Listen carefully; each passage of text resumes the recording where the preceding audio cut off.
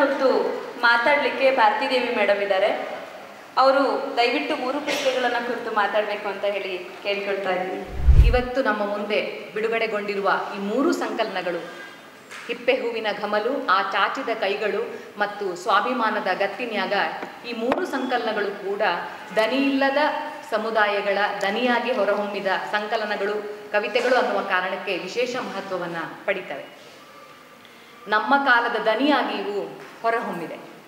ಈ 3 ಸಂಕಲನಗಳನ್ನು ಒಟ್ಟಿಗೆ ಇಟ್ಟು ನೋಡಿದ್ರೆ ಇವುಗಳು ಅನೇಕ ಬಗೆಯಲ್ಲಿ ವಿಶಿಷ್ಟ ಆಗಿದ್ದಾವೆ ಮತ್ತು ಅನೇಕ ಸಾಮ್ಯವನ್ನು ಕೂಡ ಹೊಂದಿದ್ದಾವೆ.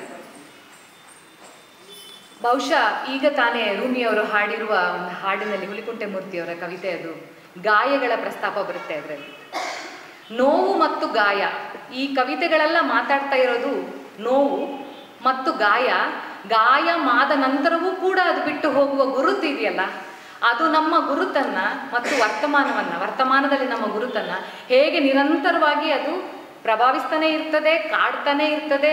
ಅದರ ಜೊತೆಗೆ ಅನುಸಂಧಾನ ಮಾಡ್ಕೊಳ್ಳೋದು ಹೇಗೆ, ಅದನ್ನು ಬಿಟ್ಟು ಹೋಗೋಕ್ಕಾಗತ್ತಾ ಅಥವಾ ಅದರ ಜೊತೆಗೆ ಇದ್ರೆ ಒಡನಾಡುವ ಬಗೆ ಹೇಗೆ ಅನ್ನೋದನ್ನು ಹುಡುಕಾಟ ಮಾಡ್ತಾ ಇದ್ದಾವೆ ಇಲ್ಲಿನ 3 ಸಂಕಲನದ ಕವಿತೆಗಳು ಅಂತ ನನಗೆ ಅನಿಸುತ್ತೆ. ಒಂದು ಪಾಸ್ಟ್ ಇದೆ, ನಮಗೆಲ್ಲರಿಗೂ ಒಂದು ಭೂತಕಾಲ ಇರುತ್ತೆ. ಆ ಭೂತಕಾಲದ ಜೊತೆಗೆ ನಮ್ಮ ಒಡನಾಟ ಬೇರೆ ಬೇರೆ ಬಗೆಯಲ್ಲಿ ಇರುತ್ತೆ. ಅದರ ಜೊತೆಗೆ ಗುದ್ದಾಡ್ತಾ ಅದನ್ನು ನಿರಾಕರಿಸಿ, ಅದನ್ನು ಪ್ರಶ್ನಿಸಿ ತನ್ನತನದ ಹುಡುಕಾಟವನ್ನು ಮಾಡೋದಿದೆಯಲ್ಲ, ಅದು ಈ ಕವಿತೆಗಳಲ್ಲಿ ನಮಗೆ ಬಹಳ ನಿಚ್ಚಳವಾಗಿ ಕಾಣಿಸುತ್ತೆ. ತನ್ನ ಹುಡುಕಾಟ, ತನ್ನನ್ನು ತಾನು ಎಸರ್ಟ್ ಮಾಡಿಕೊಳ್ಳುವ ಬಗೆ ಈ ಸಂಕಲನದ ಕವಿತೆಗಳಲ್ಲಿ ನಮಗೆ ಕಾಣಿಸುತ್ತೆ. ಹಾಗಾಗಿ ವೈಯಕ್ತಿಕ ಯಾವುದು, ತನ್ನ ಸಮುದಾಯದ ದನಿ ಯಾವುದು ಮತ್ತು ಒಟ್ಟು ಸಮಾಜದ ದನಿ ಯಾವುದು ಅಂತ. ತನ್ನ ವೈಯಕ್ತಿಕ ದನಿ ಎಷ್ಟೋ ಸರ್ತಿ ತನ್ನ ಸಮುದಾಯದ ದನಿಯಾಗಿ ರೂಪ ಪಡಿತದೆ ಮತ್ತು ಒಟ್ಟು ಸಮಾಜ ಏನನ್ನ ಹೇಳ್ತಾ ಇದೆ ಅದರ ಜೊತೆಗೆ ಒಂದು ಎಂಗೇಜ್ ಆಗುವಂಥ ಬಗೆ, ಅದನ್ನು ಪ್ರತಿರೋಧಿಸುವ ಬಗೆ, ಅಥವಾ ಆ ಸಮಾಜದಲ್ಲಿಯೇ ತನಗೆ ಸಾಥಿ ಕೊಡುವಂಥ ದನಿಗಳ ಹುಡುಕಾಟವನ್ನು ಅಥವಾ ದನಿಗಳು ಸಿಗುತ್ತಾವ ಅಂತ ಗುರುತಿಸುವ ಬಗೆ. ಸೊ ಹಾಗಾಗಿ ವೈಯಕ್ತಿಕ ನೆಲೆ, ಒಂದು ಸಾಮುದಾಯಿಕ ನೆಲೆಯನ್ನು ಪಡೆದು ಒಟ್ಟು ಸಮಾಜದಲ್ಲಿ ಇದನ್ನು ಹೇಗೆ ನಾವು ಗುರುತಿಸ್ಕೋಬಹುದು, ಗ್ರಹಿಸಬಹುದು ಅನ್ನುವ ಹುಡುಕಾಟ ನಮಗೆ ಇಲ್ಲಿ ಕಾಣಿಸುತ್ತೆ. ಹಾಗಾಗಿ ಬಹಳ ಮುಖ್ಯವಾಗಿ ಹುಡುಕಾಟ ಅನ್ನೋದೇ ಇಲ್ಲಿನ ಕವಿತೆಗಳಲ್ಲಿ ಕಾಣಿಸುತ್ತೆ ಅಂತ ನನಗೆ ಅನಿಸುತ್ತೆ. ಮತ್ತು ಇಲ್ಲಿನ ಕವಿತೆಗಳು ತುಂಬ ಪ್ಯಾಷನೇಟ್ ಆಗಿ ಮೂಡಿ ಬಂದಿರುವಂಥ ಕವಿತೆಗಳು. ಒಂದು ಕ್ಷಣ ರೂಮಿಯವರು ಹಾಡಿದಾಗ ನಾವೆಲ್ಲರೂ ಕೂಡ ಒಂಥರ ನಮ್ಮ ಒಂದು ವಿಶೇಷವಾದ ಸ್ಪಂದನ ಆಯ್ತಲ್ಲ ನಮ್ಮಲ್ಲಿ. ಆ ಬಗೆಯಲ್ಲಿ ನಮ್ಮನ್ನು ತುಂಬ ಒಂದು ಕಾಡುವಂತಹ, ನಮ್ಮನ್ನು ಒಂದು ತೀವ್ರ ಚಿಂತನೆಗೆ ಹಚ್ಚುವಂತಹ, ನಮ್ಮನ್ನು ಕಲಕುವಂತಹ ಕವಿತೆಗಳು ಇಲ್ಲಿದ್ದಾವೆ.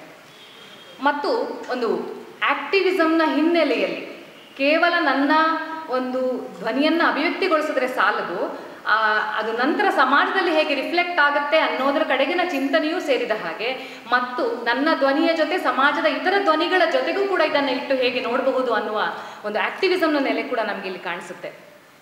ಮತ್ತು ಲವ್ ಈಸ್ ಪೊಲಿಟಿಕಲ್, ಅದು ನಾವು ಮತ್ತೆ ಮತ್ತೆ ಚರ್ಚೆ ಮಾಡುವಂಥ ಸಂಗತಿ.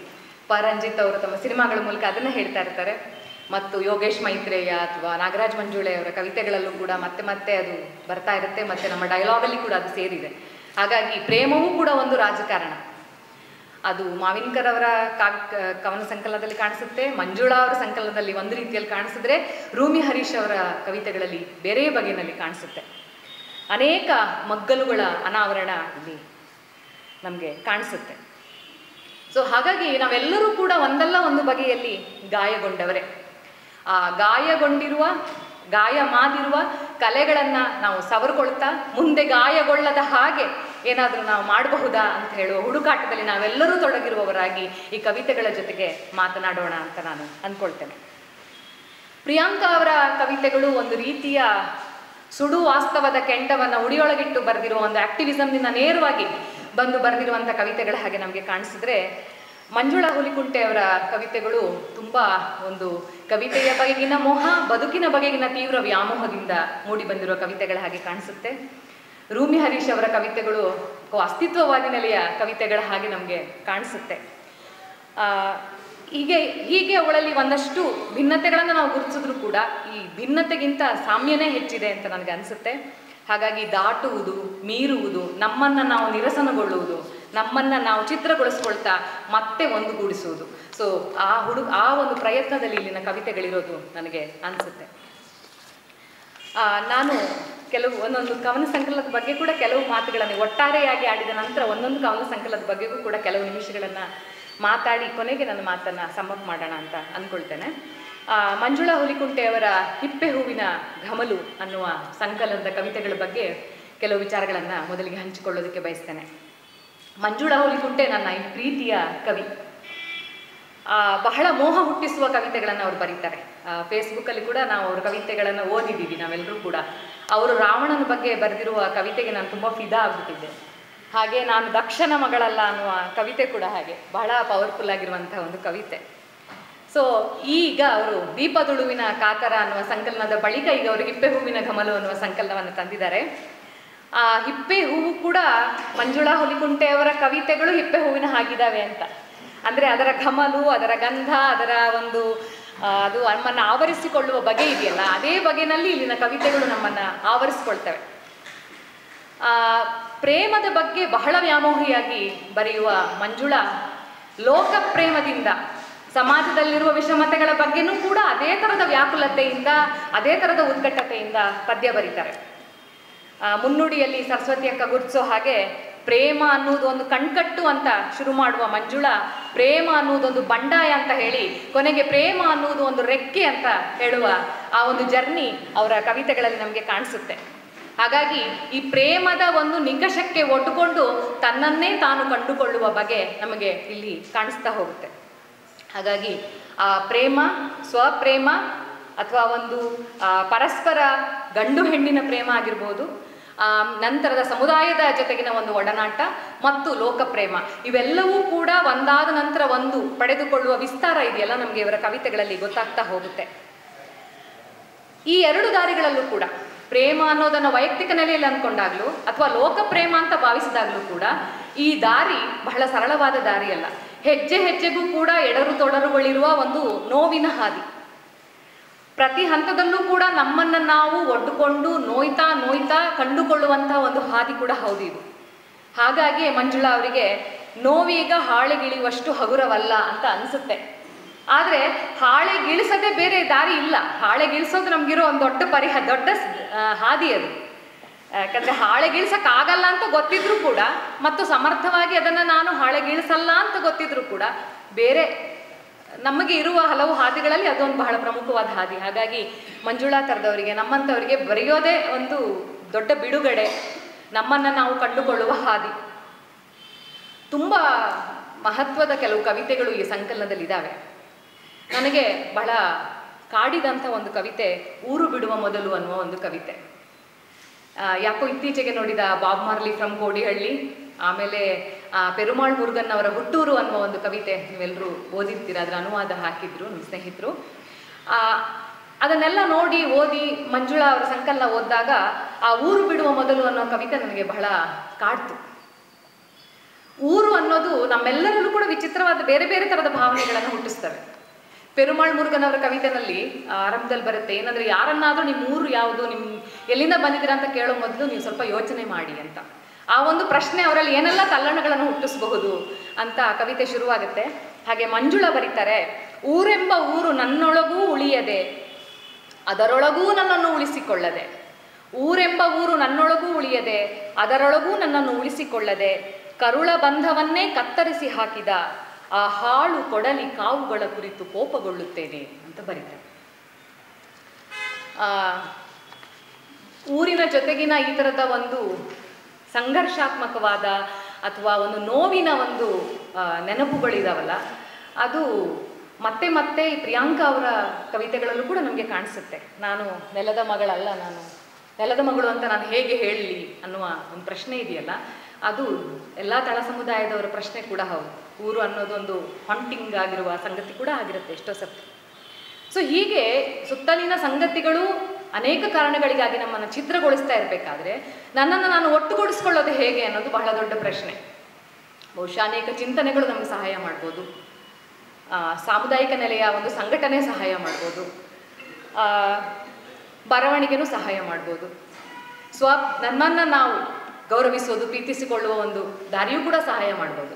ಮಂಜುಳಾ ಬರೀತಾರೆ, ಉಳಿದಿದ್ದೇನೆ ನಾನು, ಇಷ್ಟೆಲ್ಲ ಛಿದ್ರತೆಗಳ ಮಧ್ಯೆ ಕೂಡ ನಾನು ಉಳಿದಿದ್ದೇನೆ, ಛಿದ್ರವಾಗಿದ್ದೇನೆ ನಿಜ, ಮತ್ತೆ ಹುಟ್ಟು ಪಡೆದಿದ್ದೇನೆ. ನನ್ನಂಥವಳೊಬ್ಬಳನ್ನು ಮತ್ಯಾರೋ ಕೂಡಿಡಲಾಗದ್ದಕ್ಕೆ ನಾನೇ ಒಟ್ಟಾಗಿದ್ದೇನೆ. ಬೇರೆ ನಮ್ಮನ್ನು ನಾವು ಒಟ್ಟುಗೂಡಿಸ್ಕೊಳ್ಳೋಕೆ ನಾವಾದರೂ ಪ್ರಯತ್ನ ಮಾಡಿದೆ, ಬೇರೆ ದಾರಿ ಏನಿದೆ? ಸೊ ಆ ರೀತಿಯ ಒಂದು ತನ್ನನ್ನು ತಾನು ಸ್ಥಾಪಿಸಿಕೊಳ್ಳುವ ನೆಲೆಯಲ್ಲಿ ಈ ಒಂದು ಅವರ ಜರ್ನಿ ಇದೆಯಲ್ಲ, ಅದು ಆ ರೀತಿನಲ್ಲಿ ಕಾಣಿಸ್ಕೊಳ್ಳೋದು ಬಹಳ ಮುಖ್ಯವಾದ ಸಂಗತಿ ಅಂತ ನನಗೆ ಅನಿಸುತ್ತೆ.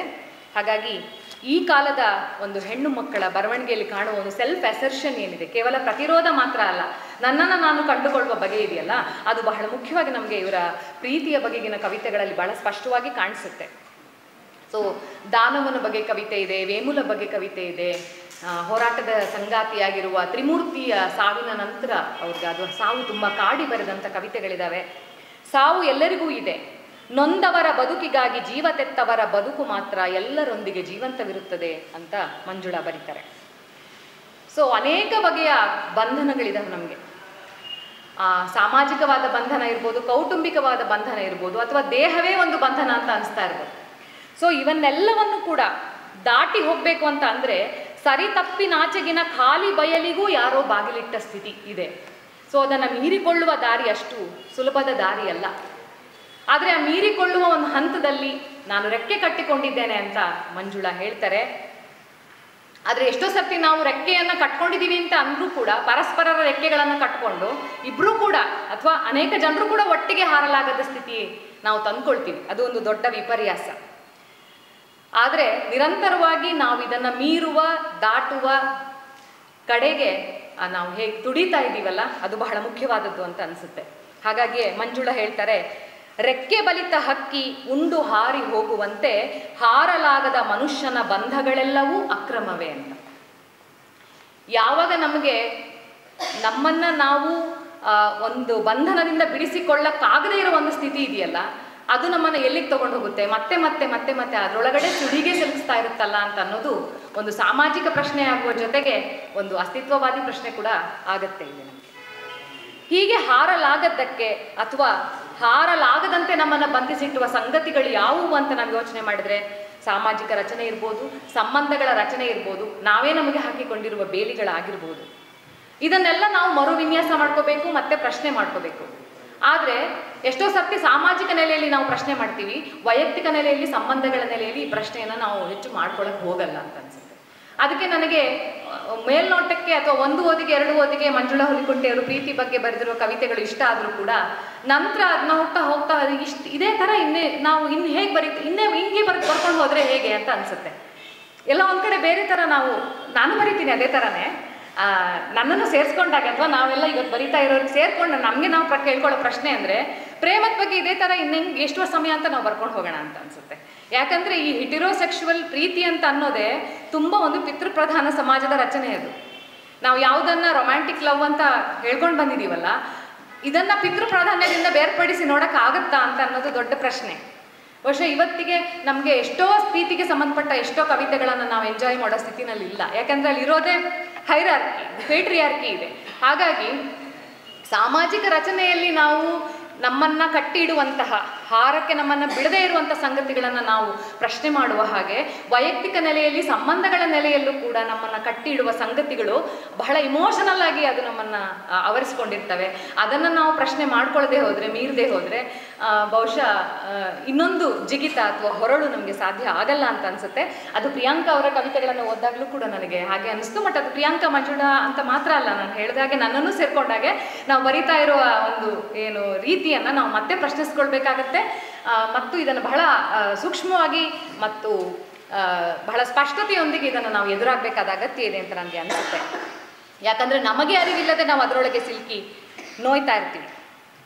ಹಾಗೆ ಇವೆಲ್ಲದರ ನಡುವೆ ಕೂಡ ವ್ಯಾಮೋಹಿಯಂತೆ ಬದುಕುವ ಮಂಜುಳಾ ಅವರು ತೀವ್ರವಾಗಿ ಬದುಕೋದ್ರ ಮೂಲಕನೇ ನಾನೆಲ್ಲ ಇದಕ್ಕೆ ಉತ್ತರವನ್ನು ಕಂಡ್ಕೊಳ್ತಾ ಅಥವಾ ದಾರಿಯನ್ನು ಕಂಡ್ಕೊಳ್ತಾ, ಉತ್ತರ ಅನ್ನೋದು ಸಿದ್ಧವಾಗಿ ಎಲ್ಲೂ ಇರೋದಿಲ್ಲ ಅಥವಾ ಉತ್ತರವನ್ನು ಕಂಡ್ಕೊಳ್ತೀವಿ ಅನ್ನೋದು ಇರೋದಿಲ್ಲ.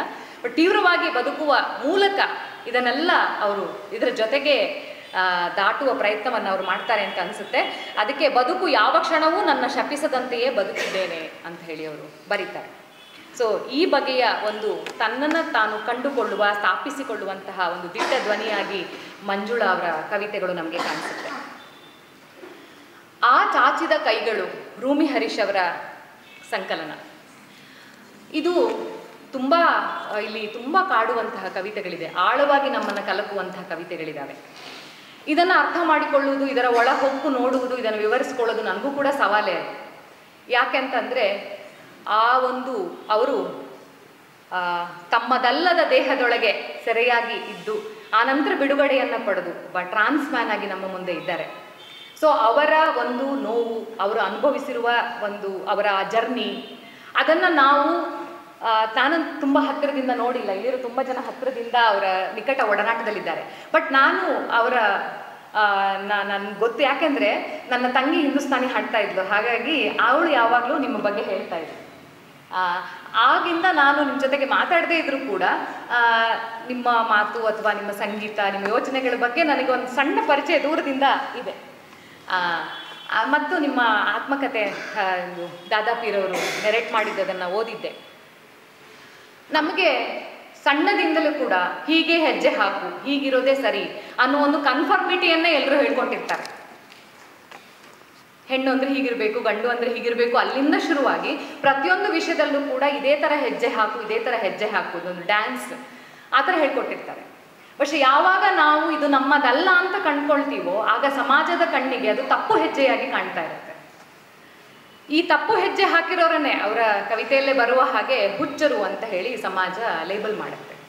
ಅದು ಮಾಂಟೋ ಕಥೆಯ ಹುಚ್ಚ ಆಗಿರ್ಬೋದು, ಅಥವಾ ಅಬ್ದುಲ್ ರೆಹಮಾನ್ ತಮಿಳು ಕವಿ, ಆತನ ಪದ್ಯದಲ್ಲಿ ಮತ್ತೆ ಮತ್ತೆ ಬರುತ್ತೆ ಹುಚ್ಚ ಆಗಿರ್ಬೋದು. ಸೊ ಯಾರು ಬಹಳ ಸೂಕ್ಷ್ಮವಾಗಿ ಜೀವಪರವಾಗಿ ಯೋಚನೆ ಮಾಡ್ತಾರೋ ಅವರು ಸಮಾಜದ ಕಣ್ಣಿಗೆ ತಪ್ಪು ಹೆಜ್ಜೆ ಇಡುವವರಾಗಿಯೂ, ಅವರು ಒಂದು ಕನ್ಫರ್ಮೇಟಿಗೆ ಒಳಪಡದವರಾಗಿಯೂ ಕಾಣ್ತಾ ಇರುವಂತಹ ಈ ಹೊತ್ತಲ್ಲಿ ಸೊ ರೂಮಿಯವರ ಈ ಕವಿತೆಗಳು ನಮ್ಮನ್ನು ನಾವೇ ಪ್ರಶ್ನೆ ಮಾಡ್ಕೊಳ್ಳೋದಕ್ಕೆ ಬಹಳ ಗಾಢವಾಗಿ ಹಚ್ತವೆ. ಇದಕ್ಕೂ ಹಿಂದೆ ಚಾಂದಿನಿಯವರ ಕವನ ಸಂಕಲನ ಬಂದಿದೆ. ಹಾಗೆ ಅನೇಕ LGBT ಸಮುದಾಯದ ಅನೇಕ ಧ್ವನಿಗಳು ನಮ್ಮ ಕನ್ನಡದಲ್ಲಿ ನಿಧಾನಕ್ಕಾದರೂ ಅಲ್ಲಲ್ಲಾದರೂ ಒಂದಿಷ್ಟು ಕೇಳಿ ಬರ್ತಾ ಇದೆ. ನಮ್ಮನ್ನು ನಾವು ಅರ್ಥೈಸಿಕೊಳ್ಳೋದು, ನಮ್ಮ ದೇಹವನ್ನು ನಾವು ಅರ್ಥೈಸಿಕೊಳ್ಳೋದು, ನಮ್ಮ ಸಂಬಂಧವನ್ನು ನಾವು ಅರ್ಥೈಸಿಕೊಳ್ಳೋದು, ಇವೆಲ್ಲವೂ ಕೂಡ ನಮಗೆ ಸಮಾಜ ಅಥವಾ ನಮ್ಮ ಹುಟ್ಟಿದಂಥ ವಾತಾವರಣ ಹೇಳಿಕೊಟ್ಟಂತಹ ಪಾಠಗಳಿಂದ ನಮಗೆ ಸಾಧ್ಯ ಆಗಿಲ್ಲ. ಅದೆಲ್ಲವೂ ನಮಗೆ ರಾಂಗ್ ಓರಿಯೆಂಟೇಷನ್ನೇ ಕೊಟ್ಟಿದೆ. ನಮ್ಮ ದೇಹದ ಬಗ್ಗೆನೂ ರಾಂಗ್ ಓರಿಯೆಂಟೇಷನ್ ಕೊಟ್ಟಿದೆ, ಸಂಬಂಧಗಳ ಬಗ್ಗೆಗೂ ನಮಗೆ ತಪ್ಪಾದ ಓರಿಯೆಂಟೇಷನ್ ಕೊಟ್ಟಿದೆ, ನಮಗೆ ನಮ್ಮ ದೇಹದ ಬಗೆಗೆ, ನಮ್ಮನ್ನು ನಾವು ಅರ್ಥೈಸುವ ಬಗೆಗೆ ಎಲ್ಲವನ್ನೂ ಕೂಡ ನಮಗೆ ತಪ್ಪಾಗಿ ಹೇಳ್ಕೊಟ್ಟಿದ್ದಾರೆ. ಸೊ ನಾವು ಅನ್ಲರ್ನಿಂಗ್ ಪ್ರೊಸೆಸ್ಸನ್ನು ಶುರು ಮಾಡಬೇಕಾಗತ್ತೆ. ಹಾಗಾಗಿ ರೂಮಿಯವರ ಒಂದು ಜರ್ನಿ ಇದೆಯಲ್ಲ, ಅದು ನಮಗೆ ಕಾಣದ ಹಲವು ಮಜಲುಗಳನ್ನು ನಮಗೆ ಅದು ಕಾಣಿಸುವ ಕಾರಣಕ್ಕೆ ಬಹಳ ಮುಖ್ಯ ಅಂತ ಅನಿಸುತ್ತೆ. ಯಾಕಂದರೆ ಇವೆಲ್ಲದರಿಂದ ಬಿಡಿಸಿಕೊಳ್ಳುವ ಪ್ರಕ್ರಿಯೆ ತುಂಬ ಯಾತನಾಮಯವಾದ ಪ್ರಕ್ರಿಯೆ. ಅವರ ಕವಿತೆಗಳಲ್ಲಿ ತೊಟ್ಟಿಕ್ಕುವ ನೋವು ನಮಗೆ ಕಾಣಿಸುತ್ತೆ. ಯಾಕಂದರೆ ಇದನ್ನು ಬಿಡಿಸ್ಕೊಳ್ಳೋದಷ್ಟು ಸುಲಭವಾದ ಸಂಗತಿ ಅಲ್ಲ. ಸೊ ಅವರದೊಂದು ದೊಡ್ಡ ಪ್ರಯಾಣ ಇದೆ, ಹುಡುಕಾಟ ಇದೆ.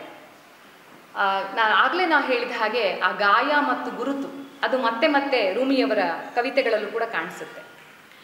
ರೂಮಿಯವರ ಕವಿತೆಗಳ ಅಭಿವ್ಯಕ್ತಿಯಲ್ಲಿರುವ ವಿಶೇಷತೆ ಏನು ಅಂತಂದರೆ, ನಾವು ಯಾವುದನ್ನು ನಾವು ಕಾವ್ಯಮೀಮಾಂಸೆಯಲ್ಲಿ ವಿಮರ್ಶೆಯಲ್ಲಿ ಓದ್ತೀವಲ್ಲ, ಅಂದರೆ ಒಂದು ಇಂದ್ರಿಯದಿಂದ ಗ್ರಹಿಸೋದನ್ನು ಇನ್ನೊಂದು ಇಂದ್ರಿಯದಿಂದ ನಾವು ಗ್ರಹಿಸೋದು ಅಂತ. ಅಂದರೆ ಮೂಗಿನಿಂದ ನೋಡೋದು, ಕಣ್ಣಿನಿಂದ ಕೇಳೋದು ಅಂತ ಬರುತ್ತೆ ಅದು. ಆ ಥರದಲ್ಲಿ ಒಂದು ಇಂದ್ರಿಯಗಳು ಎಲ್ಲವನ್ನು ಒಟ್ಟಾಗಿ ಗ್ರಹಿಸುವ ಬಗೆಗೆ ಅನ್ನೋ ಒಂದು ಅಭಿವ್ಯಕ್ತಿ ಇದೆ ನಮಗಿಲ್ಲಿ ಕಾಣಿಸುತ್ತೆ. ಇಲ್ಲಿ ಸಂಗೀತ, ಪದಗಳ ಸಾಂಗತ್ಯ, ಬಣ್ಣಗಳು ಇವೆಲ್ಲವೂ ಕೂಡ ಒಂದು ಅಭಿನ್ನವಾಗಿ ಬೆಸೆದುಕೊಂಡಿದೆ. ನಿಮಗೆ ಕವಿತೆ ಓದ್ತಾ ಇದ್ದ ಹಾಗೆ ಆ ಕವಿತೆ ಕೇಳಿಸ್ತಾ ಇರುತ್ತೆ, ಒಂದು ರಾಗವಾಗಿ ಕೇಳಿಸ್ತಾ ಇರುತ್ತೆ. ಆ ಕವಿತೆ ಓದ್ತಾ ಇದ್ದಾಗೆ ಆ ಕವಿತೆಯ ಚಿತ್ರವೂ ಕೂಡ ಕಣ್ಮುಂದೆ ಬರುತ್ತೆ. ಬಹಳ ವಿಶಿಷ್ಟವಾದ ಅಭಿವ್ಯಕ್ತಿ ಕ್ರಮ ಅಂತ ನನಗೆ ಅನಿಸುತ್ತೆ ಇದು. ಶಬ್ದ, ಸ್ಪರ್ಶ, ರೂಪ, ರಸ, ಗಂಧ ಇವೆಲ್ಲವೂ ಮಿಳಿತವಾಗಿ ಒಂದು ವಿಶಿಷ್ಟ ಬಗೆಯ ನುಡಿಗಟ್ಟು ನಮಗೆ ಇವರ ಕವಿತೆಗಳಲ್ಲಿ ಕಾಣಿಸುತ್ತೆ. ಕವಿತೆ ಕಣ್ಣಿನ ಮೂಲಕ ನಾವು ಓದ್ತಾ ಇರಬೇಕಾದ್ರೂ ಕಿವಿಗೆ ಕೇಳ್ತಾ ಇರುತ್ತೆ, ಕಣ್ಣು ಮುಂದೆ ಚಿತ್ರ ಮೂಡ್ತಾ ಇರುತ್ತೆ. ಹಾಗಾಗಿ ಅವರು ಆವಾಜು ಸ್ಪರ್ಶಕ್ಕೆ ಹವಣಿಸುವುದು ಅಂತ ಹೇಳ್ತಾರೆ. ಆವಾಜು ಧ್ವನಿ ಅದು ಸ್ಪರ್ಶಕ್ಕೆ ಹವಣಿಸ್ತಾ ಇರುತ್ತೆ. ನೀಲಿ ಸ್ವರಗಳ ಜೊತೆಗೆ ಪೀಲು ರಾಗ ಹಾಡುತ್ತೇನೆ ಅಂತ ಹೇಳ್ತಾರೆ. ಸ್ವರಗಳಿಗೆ ಬಣ್ಣ ಇದೆ, ನೀಲಿ ಸ್ವರ. ಹೀಗೆ ಬಹಳ ವಿಶಿಷ್ಟವಾದ ಅಭಿವ್ಯಕ್ತಿ ಕ್ರಮ ನಮಗೆ ಇವರ ಕಾವ್ಯಗಳಲ್ಲಿ ಕಾಣಿಸುತ್ತೆ. ಆಳದ ನೋವು, ತನ್ನತನದ ಹುಡುಕಾಟ, ಅಷ್ಟರ ಮಧ್ಯದಲ್ಲೇ ಸಿಗುವ ಸಾರ್ಥಕ ಕ್ಷಣಗಳು, ಪ್ರೀತಿ ಎಂದರೇನು ಅನ್ನುವ ಪ್ರಶ್ನೆ, ಕಾಮನೆಗಳ ಆಳ ಅಗಲ ಇವೆಲ್ಲವೂ ಕೂಡ ಇವರ ಕಾವ್ಯದ ಒಂದು ಮತ್ತೆ ಮತ್ತೆ ರೆಕರ್ ಆಗುವಂತಹ ಒಂದು ಸಂಗತಿಗಳಾಗಿದೆ ಕಾವ್ಯದಲ್ಲಿ. ಸೊ ಈ ಪ್ರೀತಿ ಅಂದರೆ ಏನು? ವಯಸ್ಸು, ಲಿಂಗತ್ವ, ವರ್ಗ, ಜಾತಿ, ಧರ್ಮ ಎಲ್ಲವನ್ನ ಮೀರಿದ್ದು ಆ ಒಂದು ಉತ್ಕಟತೆ ಇದೆಯಲ್ಲ, ಆ ಕವಿತೆಗಳಲ್ಲಿ ನಮಗೆ ಕಾಣಿಸ್ತಾ ಹೋಗುತ್ತೆ. ಒಂದು ಕವಿತೆಯಲ್ಲಿ ಅವರು ಬರೀತಾರೆ, ಬಾಗಿಲುಗಳೇ ಇಲ್ಲದ ಖಾಲಿತನದ ಮನೆಯಲ್ಲಿ ಮುದುಕಿಯೊಬ್ಬಳು ತನ್ನ ಸಖಿಗಾಗಿ ಕಾಯುತ್ತಾ ಸಾವನ ಬೀತೋ ಜಾಯೆ ಹಾಡುತ್ತಿರಬೇಕು ಅಂತ ಆಶಯವನ್ನು ವ್ಯಕ್ತಪಡಿಸ್ತಾರೆ. ಬಾಗಿಲುಗಳೇ ಇಲ್ಲದ ಮನೆಯಲ್ಲಿ ಒಬ್ಬ ಮುದುಕಿ ತನ್ನ ಸಖಿಗಾಗಿ ಸಾವನ್ ಬೀತೋ ಜಾಯೆ ಹಾಡನ್ನು ಹಾಡ್ತಾ ಇರುವ ಆ ಚಿತ್ರಣ ಇದೆಯಲ್ಲ, ಕೇಳಿದ ತಕ್ಷಣ ನಮ್ಮ ಮನಸ್ಸಿನಲ್ಲಿ ಅದು ಮೂಡಿ ಬರ್ತಾ ಇದೆ. ಸೊ ಹೀಗೆ ಅನೇಕ ಏನು ನಾವು ಹಾಕಿಕೊಂಡಿರುವ ಕಂಪಾರ್ಟ್ಮೆಂಟ್ಗಳನ್ನು ಮೀರಿದಂತಹ ಆ ಪ್ರೀತಿ, ಅದರ ಉತ್ಕಟತೆ ನಮಗೆ ಇಲ್ಲಿ ಇವರ ಕವಿತೆಗಳಲ್ಲಿ ಕಾಣಿಸುತ್ತೆ. ಆಗಲೇ ನಾನು ಹೇಳಿದ ಹಾಗೆ ಒಂದು ಹಿಟೆರೋಸೆಕ್ಷುವಲ್ ಚೌಕಟ್ಟಿನ ಆಚೆಗಿನ ಪ್ರೇಮ ಇದೆಯಲ್ಲ, ಅದು ನಮಗೆ ಕಾಣಿಸ್ತಾ ಹೋಗುತ್ತೆ. ಬಣ್ಣ, ದನಿ, ಪದಗಳ ಹುಡುಕಾಟವನ್ನು ಪ್ರತಿನಿತ್ಯ ಪ್ರತಿ ಕ್ಷಣದಲ್ಲೂ ಕೂಡ ಅವರು ಸಣ್ಣ ಪುಟ್ಟ ಸಂಗತಿಗಳಲ್ಲೂ ಕೂಡ ಮಾಡ್ತಾ ಇದ್ದಾರೆ ಅನ್ನೋದು ನಮಗೆ ಗೊತ್ತಾಗ್ತಾ ಹೋಗುತ್ತೆ. ಅಲ್ಲಿ ಕವಿತೆಯಲ್ಲಿ ಬರುತ್ತೆ, ನಾವು ಹೀಗೆ ನಮ್ಮ ಮನೆಗಳ ಮುಂದೆ ಕೂತ್ಕೊಂಡು ಹೋಗ್ತಾರೆ ಪ್ರತಿದಿನ ತರಕಾರಿ, ಹೀರೆಕಾಯಿ, ಬೆಂಡೆಕಾಯಿ, ಮೆಣಸಿನ್ಕಾಯಿ ಅಂತ. ಅದರಲ್ಲೂ ಒಂದು ನಾದ ಇರುತ್ತೆ. ಯಾರೋ ಹಾರ್ಮೋನಿಯಂ ನುಡಿಸ್ಕೊಂಡು ಹಾಡು ಹೇಳ್ಕೊಂಡು ಬರ್ತಾ ಇರ್ತಾರೆ ಮನೆ ಮುಂದೆ. ಸೊ ಆ ನಾದದ ಹುಡುಕಾಟ, ಧ್ವನಿಯ ಹುಡುಕಾಟ ಇದೆಯಲ್ಲ, ಅದು ನಿರಂತರವಾಗಿ ನಮ್ಮ ಒಳಗೆ ನಡೀತಾ ಇರುವಂಥ ಸಂಗತಿ. ಅದು ರೂಮಿಯವರ ಪದ್ಯಗಳಲ್ಲಿ ಮತ್ತೆ ಮತ್ತೆ ಕಾಣಿಸ್ತಾ ಹೋಗುತ್ತೆ. ನೋಡಿ, ಇಮೇಜ್ ಅನ್ನೋದು ಒಂದು ಶಬ್ದದ ಮೂಲಕ ಇಮೇಜ್ ಕಟ್ಟುವಂಥದ್ದು ಅವರ ಕವಿತೆಗಳಲ್ಲಿ ಹೇಗೆ ಬರುತ್ತೆ ಅನ್ನೋದಕ್ಕೆ ಒಂದು ಸಣ್ಣ ಪದ್ಯವನ್ನು ನಿಮ್ಮ ಮುಂದೆ ಓದೋದಕ್ಕೆ ನಾನು ಇಷ್ಟಪಡ್ತೇನೆ. ಕಂಡ್ರೆಪ್ಪೆ ಅದರಿ ಅಂತ ಹೇಳಿ. ನಿನ್ನೆ ಒಂದು ಕನಸ ಕಂಡೆ, ನರೆ ಹಿಡಿದ ನೀಳವಾದ ದಾಡಿ ತಡವಿಕೊಂಡು ನದಿ ದಂಡೆಯ ಮೇಲೆ ಕೂತು ಸುಕ್ಕು ಹಿಡಿದ ಕೈಯಲ್ಲಿ ಬೀಡಿ ಸೇದುತ್ತಾ ವಯಸ್ಸಾದ ಸಣ್ಣ ಮೈನಡುಕದ ಲಯದಲ್ಲಿ ತೂಗುತ್ತಾ ಮಂಜು ಕಣ್ಗಳಲ್ಲಿ ನೀರಿನ ಹೊಳಪು ತುಂಬಿಕೊಂಡು ನೀಳ ಉಸಿರೆಳೆದೊಡನೆ ಕಣ್ರೆಪ್ಪೆ ಅದರಿ ಕಣ್ಬಿಟ್ಟಾಗ ವಾಸ್ತವ ರಪ್ಪಂತ ಕೆನ್ನೆಗೆ ಹೊಡೆದು ಮೊಲೆಗಳ ಭಾರ ಸುಡಲಾರಂಭಿಸಿತು. ಈ ಕವಿತೆಯನ್ನ ವಿಶ್ಲೇಷಣೆ ಮಾಡಕ್ಕೆ ಹೋದರೆ ಈ ಕವಿತೆಯ ಗಹನತೆ ಕಳೆದು ಹೋಗುತ್ತೆ. ಬಟ್ ಈ ಕವಿತೆ ಕಟ್ಟಿಕೊಡುವ ಚಿತ್ರ ಎಂಥದ್ದು, ಅದು ನಮ್ಮೊಳಗೆ ಮೂಡಿಸುವಂಥ ಒಂದು ಗಾಢವಾದ ಭಾವ ಎಂಥದ್ದು ಅನ್ನೋದು ನಮಗೆ ಇದನ್ನು ಓದಿದಾಗ ಗೊತ್ತಾಗುತ್ತೆ. ಹಾಗೆ ಕ್ಲೋಸ್ ಅಪ್ ಶಾಟ್ ಅಂತ ಒಂದು ಕವಿತೆ ಇದೆ. ಅನೇಕ ಕವಿತೆಗಳಲ್ಲಿ ಇದ್ದಾವೆ. ಒಂದು ಚಿತ್ರದ ರೀತಿಯಲ್ಲೇ ಅದು ಮೂಡಿ ಬಂದಿರೋದನ್ನು ನಾವು ನೋಡ್ತೇವೆ. ಪರ್ಸನಲ್ ಈಸ್ ಪೊಲಿಟಿಕಲ್ ಅನ್ನೋ ಮತ್ತೆ ನಾವು ಕೇಳಿರುವಂಥದ್ದು, ಅದು ಸ್ವಲ್ಪ ಕ್ಲೀಶೇನೂ ಆಗೋಗಿದೆ. ಬಟ್ ಅದು ನಿಜ, ಅದರಿಂದ ಮತ್ತೆ ನಾವು ಹೇಳಲೇಬೇಕಾಗುತ್ತೆ. ಒಂದು ನೋವು, ನಮ್ಮ ನೋವು ಬಹುಶಃ ನಮಗೆ ಬೇರೆ ನೋವುಗಳನ್ನು ಅರ್ಥ ಮಾಡ್ಕೊಳ್ಳೋದಕ್ಕೆ ಸಹಾಯ ಮಾಡಬೇಕು. ವಾಸ್ತವವಾಗಿ ಎಷ್ಟು ಸರ್ತಿ ಹಾಗಾಗಲ್ಲ. ನಮ್ಮ ನೋವೇ ನಾವು ದೊಡ್ಡದು ಅಂತ ಅಂದ್ಕೊಂಡಿರ್ತೀವಿ. ಆದರೆ ಇಲ್ಲಿ ರೂಮಿಯವರ ಕವಿತೆಗಳನ್ನು ನೋಡಿದಾಗ ಅದನ್ನು ಹುಲಿಕುಂಟೆ ಮೂರ್ತಿಯವರು ಮುನ್ನುಡಿಯಲ್ಲಿ ಬರೆದಿದ್ದಾರೆ.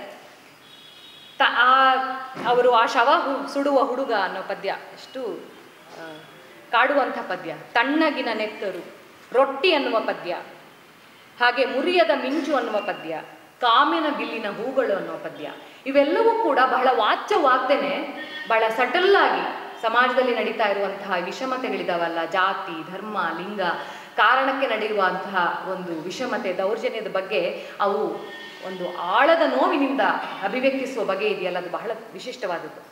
ಹಾಗೆ ಅಮ್ಮ ಅಂತ ಒಂದು ಕವಿತೆ ಇದೆ.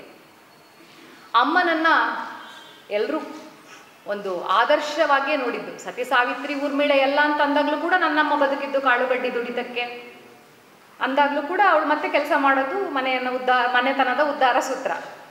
ಅಮ್ಮ ಒಂದು ರಕ್ತ ಮಾಂಸ ತುಂಬಿರುವ ದ್ವೇಷ, ಅಸೂಯೆ ಎಲ್ಲವನ್ನೂ ಹೊಂದಿರುವ, ಸಣ್ಣತನ, ಸ್ವಾರ್ಥ ಎಲ್ಲವೂ ಹೊಂದಿರುವ ಒಬ್ಬ ವ್ಯಕ್ತಿ ಅಂತ ಅನ್ನೋದನ್ನ ನಾವು ಎಷ್ಟೋ ಸರ್ತಿ ನಮ್ಮ ಬರಹಗಳಲ್ಲಿ ಕಾಣೋದೇ ಇಲ್ಲ. ಇವರ ಅಮ್ಮ ಅನ್ನೋ ಕವಿತೆ ಬಹಳ ವಿಶಿಷ್ಟವಾದದ್ದು. ಅದರಲ್ಲಿ ಅವರು ಕೇಳ್ತಾರೆ, ಆ ಪಾತ್ರಕ್ಕೆ ಮದ ಮತ್ಸರ ಹೊಟ್ಟೆಯುರಿ ಅಸೂಯೆಗಳಿಲ್ಲವೇ ಅಂತ ಹೇಳ್ತಾ, ಹಾಗಾದ್ರೆ ತಾಯ್ತನ ಅಂದ್ರೆ ಏನು ಅನ್ನೋ ಪ್ರಶ್ನೆ ಎತ್ತುತ್ತಾರೆ. ಸೊ ತಾಯ್ತನ ಅನ್ನೋದು ನಾವು ಹೇಳ್ತೀವಿ ಅದು ಯಾರಲ್ಲಿ ಬೇಕಾದರೂ ಇರ್ಬೋದು, ಹೆಣ್ಮಕ್ಳಲ್ಲಿ ಮಾತ್ರ ಇರುವಂಥ ಸಂಗತಿ ಅಲ್ಲ ಅಂತ ಹೇಳಿದಾಗ್ಲೂ ಕೂಡ ಮತ್ತೆ ಅದಕ್ಕೆ ತಾಯ್ತನ ಅಂತಾನೆ ಯಾಕೆ ಕರಿತೀವಿ ಅನ್ನೋದೊಂದು ಪ್ರಶ್ನೆ ಇದೆ. ಆದರೆ ಅದನ್ನು ನೀವು ಒಂದು ಕ್ಷಣದ ಒಂದು ಕಾಳಜಿ ಅಥವಾ ಒಂದು ವಾತ್ಸಲ್ಯ ಅಥವಾ ಒಂದು ಮಾರ್ಧವ ಅಂತ ಹೇಳೋದಾದರೆ ಅವರು ಅದೊಂದು ಟ್ರಾನ್ಸಿಯೆಂಟ್ ಆದ ಫೀಲಿಂಗ್ ಅಂತ ಎಕ್ಸ್ಪ್ಲೈನ್ ಮಾಡ್ತಾರೆ. ಅಂದರೆ ಬಂದು ಹೋಗುವ ಭಾವ, ಯಾವುದೊಂದು ಕ್ಷಣದಲ್ಲಿ ಯಾರಲ್ಲಿ ಬೇಕಾದರೂ ಬಂದು ಹೋಗುವ ಭಾವ, ಸ್ಥಾಯಿ ಭಾವ ಅಲ್ಲ. ಈಗ ಇದೆ, ಈಗ ಇಲ್ಲ ಅಂತ ಅವ್ರು ಹೇಳ್ತಾರೆ. ಅದು ತುಂಬ ಬ್ಯೂಟಿಫುಲ್ ಆಗಿ ಅವರು ಅದನ್ನು ಅಲ್ಲಿ ವಿವರಿಸ್ತಾರೆ. ಸೊ ಹೀಗೆ ಹೇಳೋದಾದರೆ ತುಂಬ ವಿಷಯಗಳಿದೆ. ಅವರ ಕವಿತೆಗಳನ್ನು ಇಟ್ಟುಕೊಂಡು ಮಾತಾಡಬೇಕಾದ ಸಾಕಷ್ಟು ವಿಷಯಗಳಿದ್ದಾವೆ. ನನ್ನನ್ನು ನಾನು ಅಲ್ಲಗಳೆದು ಮತ್ತೆ ನನ್ನನ್ನು ನಾನು ಸೃಷ್ಟಿಸಿಕೊಳ್ಳೋದಿದೆಯಲ್ಲ, ಅದು ಬಹಳ ದೊಡ್ಡ ಪ್ರೋಸೆಸ್. ಅದು ನನ್ನ ಅಂತ್ಯಕ್ರಿಯೆ ನಾನೇ ಮಾಡಿದ್ದೇನೆ ಅಂತ ಅವರು ಬರೀತಾರೆ. ಹಾಗೆ ನಾನು ನನ್ನ ಸ್ವರ ಬಣ್ಣ ಪದ ಈಗ ಹೊಸ ಹಾಡ ಹುಟ್ಟು ಹಾಕಿದ್ದೇವೆ ಅಂತ ಬರೀತಾರೆ. ಕೊನೆಯಲ್ಲಿ ನಾನು ಹೆಣ್ಣು ಗಂಡು ಮೀರಿದ ಬಿರುಗಾಳಿ, ನನ್ನ ರಭಸದಲ್ಲಿ ಸಿಟ್ಟು ಅಬ್ಬರಿಸಿ ಚಲನೆ ರಚನೆಗಳು ಸುಟ್ಟು ಬೂದಿಯಾಗಿಸಿ ಅಂತ ಬರೀತಾರೆ.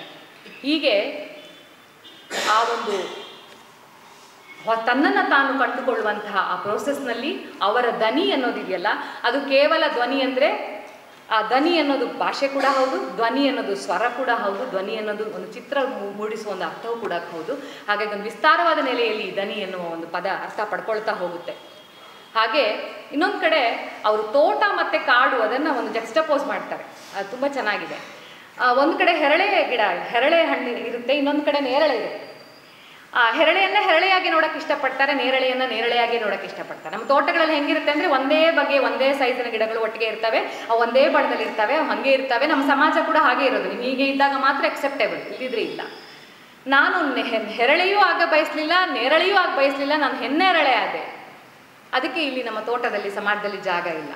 ಸೊ ನಾನು ಹಾಗಾಗಿ ಕಾಡು ಒಂದೇ ಇದಕ್ಕೆ ಆಶ್ರಯ ಕೊಡುವಂಥದ್ದು ಅಂತ ಅನ್ನುವ ಮಾತನ್ನು ಹೇಳ್ತಾರೆ. ಸೊ ಹೀಗೆ ಅವರ ಒಂದು ಪಯಣ, ಅವರ ಒಂದು ನೋವು, ಅದು ಕೇವಲ ನೋವಿನ ಅಭಿವ್ಯಕ್ತಿಯಾಗದೆ ಒಂದು ಸೆಲ್ಫ್ ಅಸರ್ಷನ್ ಆಗಿ ಮೂಡಿ ಬಂದಿರುವಂತಹ ಬಗೆಯನ್ನು ನಾವಿಲ್ಲಿ ಗುರುತಿಸ್ತೇವೆ. ಹಾಗೆ ಚಾಚಿದ ಆ ಕೈಗಳು ಅನ್ನೋದು ಕೂಡ ಬಹಳ ನೆಲೆಯ ಅರ್ಥವನ್ನು ಧ್ವನಿಸುವಂಥದ್ದು. ಮುಂದೆ ಪ್ರಿಯಾಂಕಾ ಅವರ ಸ್ವಾಭಿಮಾನದ ಗತ್ತಿನ್ಯಾಗ ಅನ್ನುವ ಸಂಕಲನ ಈಗಾಗಲೇ ಹೇಳಿದ ಹಾಗೆ ಅದು ವಾಸ್ತವದ ಆ ಕಟು ವಾಸ್ತವದ ಕೆಂಡವನ್ನು ಉಡಿಯಲ್ಲಿ ಇಟ್ಕೊಂಡು ಬರೆದಿರುವಂತಹ ಕವಿತೆಗಳು. ಹಾಗಾಗಿ ಅದು ಹೋರಾಟದಿಂದ ಅಥವಾ ಒಂದು ಆ ಹೋರಾಟದ ಕೆಚ್ಚು, ಆ ಜನ ಸಮುದಾಯವನ್ನು ಉದ್ದೇಶಿಸಿ ಮಾತನಾಡುವ ಮಾತುಗಳ ರೆಟರಿಕ್ ಅನ್ನೋದು ಆ ಕವಿತೆಗಳಲ್ಲಿ ಹಾಗೆ ನಮಗೆ ವ್ಯಕ್ತ ಆಗೋದನ್ನು ನಾವು ಗಮನಿಸ್ತೇವೆ. ಆ ಹೆಸರೇ ಸ್ವಾಭಿಮಾನದ ಗತ್ತಿನ್ಯಾಗ ಅನ್ನುವ ಶೀರ್ಷಿಕೆಯೇ ಬಹಳ ವಾಚ್ಯವಾಗಿರುವಂಥದ್ದು ಮತ್ತು ಬಹಳ ಎಸರ್ಟ್ ಮಾಡಿಕೊಳ್ಳುವಂತಹ ನೆಲೆಯದ್ದು ಆಗಿದೆ. ಮಂಜುಳಾ ಅವರು ಬರೆದ ಹಾಗೆ ಪ್ರಿಯಾಂಕಾ ಅವರು ಕೂಡ ಬರೀತಾರೆ, ಈಗೀಗ ಬರೆಯಲಾಗದ ನೋವುಗಳೇ ಹೆಚ್ಚು ನನ್ನೊಳಗೆ, ನಮ್ಮವರ ಬದುಕಿನ ಹೋರಾಟ ನಿನ್ನೆ ಮೊನ್ನೆಯದಲ್ಲ ಅಂತ ಬರೀತಾರೆ. ಬಹುಶಃ ಹೀಗಿದ್ರೂ ಕೂಡ ಬರೆಯದೇ ಇರೋಕ್ಕಾಗಲ್ಲ. ಹಾಗಾಗಿಯೇ ಪ್ರಿಯಾಂಕಾ ಮಾವಿನ್ಕರ್ ಅವರು ಬರವಣಿಗೆಯ ಮೂಲಕವೇ ತಮಗೆ ಬಿಡುಗಡೆಯನ್ನು ಕಂಡುಕೊಳ್ಳುವ ಬಗೆಯಾಗಿ ಈ ಕವಿತೆಗಳನ್ನು ಬರೆದಿದ್ದಾರೆ ಅಂತ ನಾನು ಭಾವಿಸ್ತೇನೆ. ಎಲ್ಲ ಎಲ್ಲೆಯನ್ನು ಮೀರುವುದೇ ಪ್ರೀತಿ ಅಂತ ಒಂದು ಕಡೆ ಅವರು ಬರೀತಾರೆ. ಹಾಗೆ ಬರಿಬೇಕಾದ್ರೂ ಕೂಡ ಕಂಗಳಲ್ಲಿ ಜಾತಿ ಧರ್ಮದ ಜ್ವಾಲೆ ಉರಿಯುವುದು ಕಂಡು ದಿಗಿಲುಗೊಂಡೆ ಅಂತ ಬರೀತಾರೆ. ಇದು ಅವರು ಒಂದು ಸಂಬಂಧಗಳ ಹಿನ್ನೆಲೆಯಲ್ಲಿ ಬರಿತಾ ಇರುವಂಥ ಒಂದು ಕವಿತೆ. ಅಂದರೆ ಎಷ್ಟೋ ಸರ್ತಿ ನಾವು ಸಮಾಜದಲ್ಲಿ ಬದಲಾವಣೆ ತರುವ ಮಾತುಗಳನ್ನು ಆಡ್ತಾ ಇರಬೇಕಾದ್ರೇ ಕೂಡ ನಮ್ಮ ಒಳಗೆ ಎಷ್ಟು ಸಣ್ಣತನಗಳು ಸ್ವಾರ್ಥ ಇರುತ್ತೆ ಅನ್ನೋದನ್ನು ಅವರು ಆ ಪದ್ಯದಲ್ಲಿ ಹೇಳ್ತಾರೆ. ಬಹುಶಃ ಇಂತಹ ಕಡೆಯಲ್ಲಿ ಸೋಲುವುದೇ ಆ ನಮ್ಮ ಅಸ್ತಿತ್ವವನ್ನು ಕಂಡುಕೊಳ್ಳುವಂಥ ದಾರಿ ಆಗುತ್ತೆ. ನಾವು ಗೆದ್ದು ಅದಕ್ಕೆ ತುಪ್ಪ ಸುರಿಯೋದಕ್ಕಿಂತ ಅದರಿಂದ ವಿತ್ಡ್ರಾ ಆಗಿ ನಮ್ಮತನವನ್ನು ನಾವು ಕಂಡುಕೊಳ್ಳೋದೇನೆ ಬಹುಶಃ ನಮ್ಮ ಅಸ್ತಿತ್ವವನ್ನು ನಾವು ಗಟ್ಟಿಗೊಳಿಸುವಂಥ ದಾರಿ ಅಂತ ಹೇಳಿ ಅವರು ಅದರಲ್ಲಿ ಹೇಳ್ತಾ ಹೋಗ್ತಾರೆ. ಬಹಳ ಪೊಲಿಟಿಕಲ್ ಆಗಿರುವಂತಹ, ನೇರವಾಗಿ ಪೊಲಿಟಿಕಲ್ ಆಗಿರುವ ಪದ್ಯಗಳು ಅವರ ಸಂಕಲನದಲ್ಲಿದ್ದಾವೆ. ರಾಮನ ಹೆಸರಿನಲ್ಲಿ ಮಾಡುವ ರಾಜಕಾರಣ, ಕೊರೋನಾ ಸಂದರ್ಭದಲ್ಲಿ ಜನರು ಅನುಭವಿಸಿದಂಥ ಸಂಗತಿಗಳು, ಆ ರೈತರ ಹೋರಾಟ, ಹಿಜಾಬ್ ಸಂಗತಿ ಮತ್ತು ಚೌಕಿದಾರನ ಬಣ್ಣದ ಮಾತುಗಳ ಬಗ್ಗೆ ಪ್ರತಿಕ್ರಿಯೆ, ಇವೆಲ್ಲವನ್ನು ಕೂಡ ಬಹಳ ನೇರವಾಗಿ ಅವರು ತಮ್ಮ ಕವಿತೆಗಳಲ್ಲಿ ತಂದಿದ್ದಾರೆ. ಇವತ್ತಿನ ಕಾಲದಲ್ಲಿ ಇಷ್ಟೊಂದು ದಿಟ್ಟವಾಗಿ ಪ್ರಿಯಾಂಕಾ ಬರೀತಾ ಇದ್ದಾರೆ ಅನ್ನೋದು ನಿಜವಾಗ್ಲೂ ಕೂಡ ಬಹಳ ಖುಷಿಯ ಸಂಗತಿ. ರಾಮ ಅನ್ನೋದನ್ನು ನಮ್ಮ ಪ್ರಸಕ್ತ ರಾಜಕಾರಣ ಅನ್ನೋದು ಯಾವ್ಯಾವ ರೀತಿಯಲ್ಲಿ ಬೇಳೆ ಬೇಯಿಸ್ಕೊಳ್ಳೋದಕ್ಕೆ ರಾಮನ ಹೆಸರನ್ನು ಬಳಸ್ಕೊಳ್ತಾ ಇದ್ದಾರೆ, ರಾಮನ ಹೆಸರಿನಲ್ಲಿ ಎಂತಹ ರಾಜಕಾರಣ ಮಾಡ್ತಾ ಇದ್ದಾರೆ ಅನ್ನೋದೆಲ್ಲ ಗೊತ್ತಿರುವ ಸಂಗತಿನೇ. ಪ್ರಿಯಾಂಕಾ ಬರೀತಾರೆ, ಮಾತೆ ಎಂದು ಘೋಷಣೆ ಹಾಕುವ ಕೈಗಳು ಹೇಗೆ ನನ್ನನ್ನು ಆವರಿಸಿಕೊಂಡಿವೆ, ಮಾತೆ ಅಂತ ನನ್ನನ್ನು ಕರಿತಾ ಇರೋ ಹೊತ್ತಿಗೆನೆ ಆ ಕೈಗಳೇ ನನ್ನನ್ನು ಆವರಿಸಿಕೊಂಡಿದ್ದಾವಲ್ವಾ. ಅದಕ್ಕೆ ಹೇಳ್ತಾರೆ, ರಾಮನಿಗೆ ಹೇಳ್ತಾರೆ, ನಿನ್ನ ಭಕ್ತರ ಮನದಲ್ಲೊಮ್ಮೆ ನೆಲೆಸು ಅಂತ. ರಾಮ ನಿನ್ನ ಭಕ್ತರಿಗೆ ನೀನೇ ಬುದ್ಧಿ ಹೇಳು ಅಂತ ಕರೀತಾರೆ. ಇದು ಒಂದು ಕವಿತೆಯಾಗಿ ಒಂದು ಹೇಳಿಕೆಯಾಗಿ ಚೆನ್ನಾಗಿ ಅನಿಸುತ್ತೆ ಕೇಳಕ್ಕೆ. ಆದರೆ ಇನ್ನೂ ಸ್ವಲ್ಪ ಆಳಕ್ಕೆ ಹೋದರೆ ಇಡೀ ಒಂದು ನೆರೆಟಿವ್ನಲ್ಲೇ ರಾಮನ ನೆರೆಟಿವೇ ಇರೋದು ಯಾವ ನೆಲೆಯಲ್ಲಿ ಕಟ್ಟಿದ್ದೀವಿ ನಾವು? ಒಂದು ಪೇಟ್ರಿಯಾರ್ಕಲ್ ಆಗಿನೇ ಕಟ್ಟಿರುವಂಥದ್ದು. ಅಥವಾ ಒಂದು ದುಷ್ಟ ಸಂಹಾರ ಅನ್ನೋದು ಯಾವ ನೆಲೆಯಲ್ಲಿ ಬಂದಿದೆ ಅದನ್ನು ನಾವು ನೋಡಿದ್ರೆ, ಈ ಮಾತನ್ನು ಇನ್ನೂ ಆಳಕ್ಕೆ ಇಳಿದ್ರೆ ಇದನ್ನು ನಾವು ಒಪ್ಕೊಳ್ಳೋಕ್ಕೆ ಕಷ್ಟ ಆಗುತ್ತೆ. ಸೊ ಹೀಗಾಗಿ ಹೋರಾಟದ ಕೆಚ್ಚು, ಆ ಒಂದು ಹೋರಾಟದ ಝಳ ಅವರ ಕವಿತೆಯಲ್ಲಿ ಹಾಗೆ ನಮಗೆ ಕಾಣಿಸುತ್ತೆ. ನ್ಯಾಯದ ನಡೆಗೆ ದೇಶದ್ರೋಹದ ಪಟ್ಟ ಕಟ್ಟಿದ ದೊರೆಗೆ ಸಂವಿಧಾನದ ಕಾಲಾಳುಗಳದ್ದೇ ಭಯವಂತೆ ಅಂತ ಪ್ರಿಯಾಂಕಾ ಬರೀತಾರೆ. ಅವರ ತುಂಬ ಇಷ್ಟವಾದ ಕವಿತೆ ಒಂದು ತಿರಂಗ ಅನ್ನುವ ಕವಿತೆ. ನಮಗೆಲ್ರಿಗೂ ಗೊತ್ತಿದೆ, ಹರ್ ಘರ್ ಮೇ ತಿರಂಗ ಅಂತ ಹೇಳಿ ಮಾಡಿ ಎಲ್ಲರೂ ಮನೆ ಮುಂದೆ ಹಾಕಬೇಕು ಬಾವುಟವನ್ನು ಅಂತ ಹೇಳಿ, ದೇಶಭಕ್ತಿಯನ್ನು ತೋರಿಸ್ಕೊಡೋದಕ್ಕೆ ಅಂತ. ಅದಕ್ಕೆ ಅವರು ಬರೆದಿರುವ ಕವಿತೆ, ಅದರ ಕೆಲವು ಸಾಲುಗಳನ್ನಷ್ಟೇ ನಿಮ್ಮ ಮುಂದೆ ಇಡ್ತೇನೆ. ಊರಿಲ್ಲ, ಕೇರಿಯೂ ಇಲ್ಲ, ತಲೆಯ ಮೇಲೊಂದು ಸೂರಿಲ್ಲ, ಬೀದಿಗಳೇ ನಮ್ಮನ್ನು ಒಪ್ಪಿಕೊಂಡು ಬದುಕಿಸುತ್ತಿದ್ದಾವೆ. ಹೀಗಿರಬೇಕಾದ್ರೆ ಜಂಡವನ್ನು ಹಾರಿಸೋದಾದರೂ ಎಲ್ಲಿ? ಎಷ್ಟೋ ಸತಿ ಕೊರೋನಾ ಸಮಯದಲ್ಲೂ ಅಷ್ಟೇ, ಮಾಳಿಗೆಯ ಮೇಲೆ ನಿಂತ್ಕೊಂಡು ನೀವು ದೀಪ ಬೆಳೆಸಿ ಅಂದರೆ ಎಷ್ಟೋ ಜನಕ್ಕೆ ಮನೆಯೇ ಇಲ್ಲ ಅಂದಾಗ ಮತ್ತೆ ಮಾಳಿಗೆ ಮೇಲೆ ಹೋಗಿ ದೀಪ ಬೆಳೆಸೋ ಪ್ರಶ್ನೆ ಇಲ್ಲಿ ಬಂತು. ಸೊ ಆ ಇಡೀ ಕವಿತೆ ಬಹಳ ಕಾಡುವಂಥ ಕವಿತೆ ಅದು. ಈ ಬೀದಿಗಳೇ ನಮ್ಮನ್ನು ಬದುಕಿಸುತ್ತಿದ್ದಾವೆ ಅಂತ ಅವರು ಬರೀತಾರೆ. ಹೀಗಿದ್ದಾಗ ಊರಿನ ಪ್ರಶ್ನೆ ನಾವು ಆರಂಭದಲ್ಲಿ ಇಟ್ಟಿದ್ವಲ್ಲ, ಊರಿನ ಪ್ರಶ್ನೆ ಅದು ಬಹಳ ಮುಖ್ಯ. ಹಾಗಾಗಿ ಪ್ರಿಯಾಂಕಾ ಎತ್ತುವ ಪ್ರಶ್ನೆ, ಹೇಳು ನಾನು ನಿಜವಾಗಿಯೂ ಈ ನೆಲದ ಮಗಳ ಅನ್ನುವ ಪ್ರಶ್ನೆ. ಸೊ ಈ ರೀತಿಯಲ್ಲಿ ಇನ್ನೊಂದು ಬಹಳ ಮುಖ್ಯವಾದ ಕವಿತೆ ಅವ್ರದ್ದು ಒಂದು ರಸ್ತೆಯ ಬಗ್ಗೆ ಬರೆದಿರೋ ಕವಿತೆ. ನಮ್ಗೆಲ್ರಿಗೂ ಗೊತ್ತಿರೋ ಹಾಗೆ ಕೊರೋನಾ ಸಮಯದಲ್ಲಿ ತುಂಬ ಜನ ಕಾರ್ಮಿಕರು ತಮ್ಮ ಊರುಗಳಿಗೆ ಹೋಗೋದಕ್ಕೆ ವಾಹನ ಇಲ್ಲದೇ ನೂರಾರು ಕಿಲೋಮೀಟರ್ ನಡ್ಕೊಂಡು ತಮ್ಮ ಹಳ್ಳಿಗಳನ್ನು ತಲುಪಿ, ಎಷ್ಟೋ ಜನ ಮಾರ್ಗ ಮಧ್ಯದಲ್ಲೇ ಪ್ರಾಣ ತೆತ್ತು ಎಲ್ಲ ಹೋಗಿರುವಂಥದ್ದು ನಮ್ಗೆ ಗೊತ್ತಿದೆ. ಒಂದು ರಸ್ತೆ ಹೇಗೆ ಮಾತಾಡುತ್ತೆ, ಆ ರಸ್ತೆ ಈ ಬವಣೆಯನ್ನು ಹೇಗೆ ನೋಡಿದೆ ಅಂತ ಒಂದು ಕವಿತೆ ಇದೆ. ತುಂಬ ಈ ಸಂಕಲನದ ತುಂಬ ಮುಖ್ಯವಾದ ಕವಿತೆ ಅದು. ಸೊ ಹೀಗೆ ಪ್ರಿಯಾಂಕಾ ಅವರು ಸಮಕಾಲೀನ ಸಂದರ್ಭಗಳನ್ನು ಅವರನ್ನು ಹೇಗೆ ಅದು ಕಲಕಿದಾವೆ ಅನ್ನೋದನ್ನು ಕವಿತೆಯ ಮೂಲಕ ಅವರು ಹೊರಹಾಕಿದ್ದಾರೆ. ಅನೇಕ ಜನ ಸಮಾಜದಲ್ಲಿ ಬದಲಾವಣೆ ತರಬೇಕು ಅಂತ ಅಂದ್ಕೊಂಡಿರೋರು ಕೂಡ ಆಳದಲ್ಲಿ ಹೆಣ್ಣನ್ನು ಹೇಗೆ ನೋಡ್ತಾ ಇದ್ದಾರೆ ಅನ್ನೋದು ಮತ್ತೆ ಮತ್ತೆ ಅವರ 2-3 ಕವಿತೆಗಳಲ್ಲಿ ಬರುತ್ತೆ. ಹೆಣ್ಣೆಂದರೆ ಪರದೆಯಲ್ಲ, ಹೆಣ್ಣೆಂದರೆ ಪ್ರಗತಿ ಅಂತ ಅವ್ರು ಹೇಳ್ತಾರೆ. ಆದರೆ ಎಷ್ಟೋ ಜನರ ಕಣ್ಣಿನಲ್ಲಿ ಹೆಣ್ಣು ಪರದೆ ಹಾಕಿ ಒಳಗಡೆ ಇಡಬೇಕಾದವಳು ಅನ್ನೋದೇ ಕಾಣುವುದು ಅವರಲ್ಲಿ ತುಂಬ ಭ್ರಮನಿರಸನವನ್ನು ಉಂಟು ಮಾಡಿದೆ.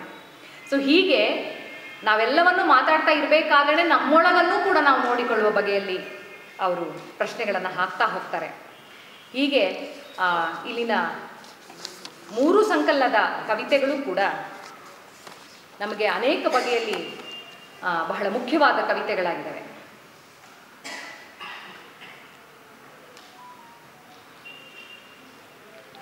ಪ್ರೀತಿಗಾಗಿ ಹಂಬಲ 3 ಕಡೆಯಲ್ಲಿ ನಮಗೆ ಕಾಣಿಸಿದ್ರು ಕೂಡ ಈ ಪ್ರೀತಿ ಪ್ರೇಮ ಅನ್ನೋದು ಈಗಲೇ ಹೇಳಿದ ಹಾಗೆ ಒಂದು ಅಧಿಕಾರ ಸಂಬಂಧ ಅನ್ನೋದನ್ನು ನಿರ್ದೇಶಿಸ್ತಾ ಇರ್ತದೆ. ಅದನ್ನು ನಾವು ಪ್ರಶ್ನೆ ಮಾಡದೆ ಹೋದರೆ ಇದನ್ನು ನಾವು ಹೆಚ್ಚು ದೂರ ತಗೊಂಡೋಗೋಕ್ಕೆ ಸಾಧ್ಯ ಇಲ್ಲ ಅಂತ ಅನಿಸುತ್ತೆ. ಹಾಗಾಗಿ ಗಂಡುತನ ಅಂದ್ರೇನು, ಹೆಣ್ಣುತನ ಅಂದ್ರೇನು, ಅಥವಾ ಗಂಡು ಹೆಣ್ಣು ಅಲ್ಲ, ಆ ಇಡೀ ಬ್ರಾಡ್ ಸ್ಪೆಕ್ಟ್ರಮಲ್ಲಿ ಇರುವ ಬೇರೆ ಬೇರೆ ನೆಲೆಯ ಒಂದು ಏನು ದೇಹಗಳನ್ನು, ವ್ಯಕ್ತಿತ್ವಗಳನ್ನು ನಾವು ಅರ್ಥ ಮಾಡಿಕೊಳ್ಳುವ ಪ್ರಯತ್ನವನ್ನು ಮಾಡಬೇಕು ಅನ್ನೋದು ನಮಗೆ ಇಲ್ಲಿ ಈ ಸಂಕಲನದ ಹಿನ್ನೆಲೆಯಲ್ಲಿ ಮತ್ತೆ ಮತ್ತೆ ನಮಗೆ ಅನಿಸುತ್ತೆ. ಇವತ್ತು ತುಂಬ ಜನ ಬಹಳ ಗಟ್ಟಿಯಾಗಿ ಬರಿತಾ ಇದ್ದಾರೆ. ಹಾಗಾಗಿ ಅವೆಲ್ಲದರ ಎಲ್ಲ ಧ್ವನಿಗಳ ಜೊತೆಗೆ ಈ ಧ್ವನಿಗಳು ಕೂಡ ಇವತ್ತು ಸೇರಿದ್ದಾವೆ. ಇವೆಲ್ಲವ ಜೊತೆಗೆ ನಾವೆಲ್ಲರೂ ಕೂಡ ಇವತ್ತು ಈ ಕವನ ಸಂಕಲನದ ಬಿಡುಗಡೆಗೆ ಸಾಕ್ಷಿಯಾಗಿದ್ದೇವೆ. ನನಗೆ ಗೊತ್ತಿಲ್ಲ, ಈ 3 ಸಂಕಲನವನ್ನು ಮಾತಾಡೋಷ್ಟೊತ್ತಿಗೆ ನಾನು ಎಕ್ಸಾಸ್ಟ್ ಆಗಿ ಹೋಗಿದ್ದೀನಿ. ಯಾಕೆಂದರೆ ಅದು 3 ಬೇರೆ ಬೇರೆ ಮೂಡದು. ರೂಮಿಗೆ ಅವರಿಗೆ ಗೊತ್ತಿದೆ, ಒಂದು ರಾಗ ಹಾಡಿ ಇನ್ನೊಂದು ರಾಗ ಹಾಡೋದು ತುಂಬ ಕಷ್ಟ ಆಗುತ್ತೆ. ಅದನ್ನು ಆದರೆ ಇದು ರಾಗಗಳು ಡಿಫ್ರೆಂಟ್ ಆಗಿರೋ ರಾಗಗಳಲ್ಲ, ಸ್ವಲ್ಪ ರಿಲೇಟೆಡ್ ರಾಗಗಳು. ಅದು ರಿಲೇಟೆಡ್ ರಾಗಗಳಾದರೆ ಇನ್ನೂ ಸ್ವಲ್ಪ ಜಾಸ್ತಿ ಕಷ್ಟ ಆಗುತ್ತೆ. ಯಾಕಂದರೆ ಸಣ್ಣ ಸಣ್ಣ ವ್ಯತ್ಯಾಸ ಮಾತ್ರ ಇರುತ್ತೆ. ಹಾಗಾಗಿ ಆದರೆ ನನಗೆ ಈ 3 ಸಂಕಲನಗಳನ್ನು ಓದಿದ್ದು ತುಂಬ ಖುಷಿ ಕೊಟ್ಟಿದೆ. ನನ್ನೊಳಗನೆ ನಾನು ಪ್ರಶ್ನೆ ಮಾಡ್ಕೊಳ್ಳೋದಕ್ಕೆ ಅವಕಾಶ ಮಾಡಿಕೊಟ್ಟಿದೆ. ನನಗೂ ಎಷ್ಟೋ ಸರ್ತಿ ನಾನು ಕೂಡ ಒಂದು ಕವಿತೆ ಬರೆಯೋಳಾಗಿ ಇದೇ ಥರದ ಕವಿತೆಗಳನ್ನು, ಅಂದರೆ ನಾನು ಈ ಹಿಂದೆ ಬರಿತಾ ಇದ್ದ ಕವಿತೆಗಳನ್ನು, ಅದೇ ಥರದ ಕವಿತೆಗಳನ್ನು ನಾನು ಬರೀತೀನಿ ಎಷ್ಟು, ಆದರೆ ಬರಿಬೇಕಾ ಅಂತ ನನಗೆ ಅನಿಸ್ತಾ ಇದ್ದ ಸಂದರ್ಭದಲ್ಲಿ ಈ ಥರದ ಇಲ್ಲಿನ ಕವಿತೆಗಳನ್ನು ಓದಿದಾಗ ಹೊಸ ಬಗೆಯಲ್ಲಿ ನಾವು ಯೋಚನೆ ಮಾಡ್ಬೋದು, ಬೇರೆ ರೀತಿಯಲ್ಲಿ ನಮ್ಮ ಅಭಿವ್ಯಕ್ತಿಯನ್ನು, ನುಡಿಗಟ್ಟನ್ನು ಕಟ್ಕೊಳ್ಬಹುದು ಅಂತ ನನಗೆ ಯೋಚನೆ ಮಾಡೋದಕ್ಕೆ ಪ್ರೇರಣೆಯನ್ನು ಕೊಟ್ಟಿದೆ. ಗೊತ್ತಿಲ್ಲ ನಾನು ಎಷ್ಟು ಮಟ್ಟಿಗೆ ಈ ಕವಿತೆಗಳಿಗೆ ಇದು ನನ್ನ ಮಾತುಗಳ ಮೂಲಕ ಪರಿಚಯಿಸೋ ಕೆಲಸನ ಎಷ್ಟು ಮಟ್ಟಿಗೆ ಯಶಸ್ವಿಯಾಗಿ ಮಾಡಿದ್ದೇನೆ ಗೊತ್ತಿಲ್ಲ. ನೀವೆಲ್ಲರೂ ಕೂಡ ಈ ಕವನ ಸಂಕಲನಗಳನ್ನು ತಗೊಂಡು ಓದಿ ಇದ್ರ ಬಗ್ಗೆ ಹೆಚ್ಚು ಚರ್ಚೆ ಮಾಡಿ ಅಂತ ಹೇಳ್ತಾ, ಈ ಅವಕಾಶ ಮಾಡಿಕೊಟ್ಟಂತಹ ಕವದಿ ಪ್ರಕಾಶನದ ಎಲ್ಲ ಗೆಳೆಯರಿಗೆ ವಂದಿಸಿ, ಕೇಳಿದ ನಿಮ್ಮೆಲ್ಲರಿಗೂ ವಂದಿಸಿ ನನ್ನ ಮಾತನ್ನು ಮುಗಿಸಿ ನಮಸ್ಕಾರ.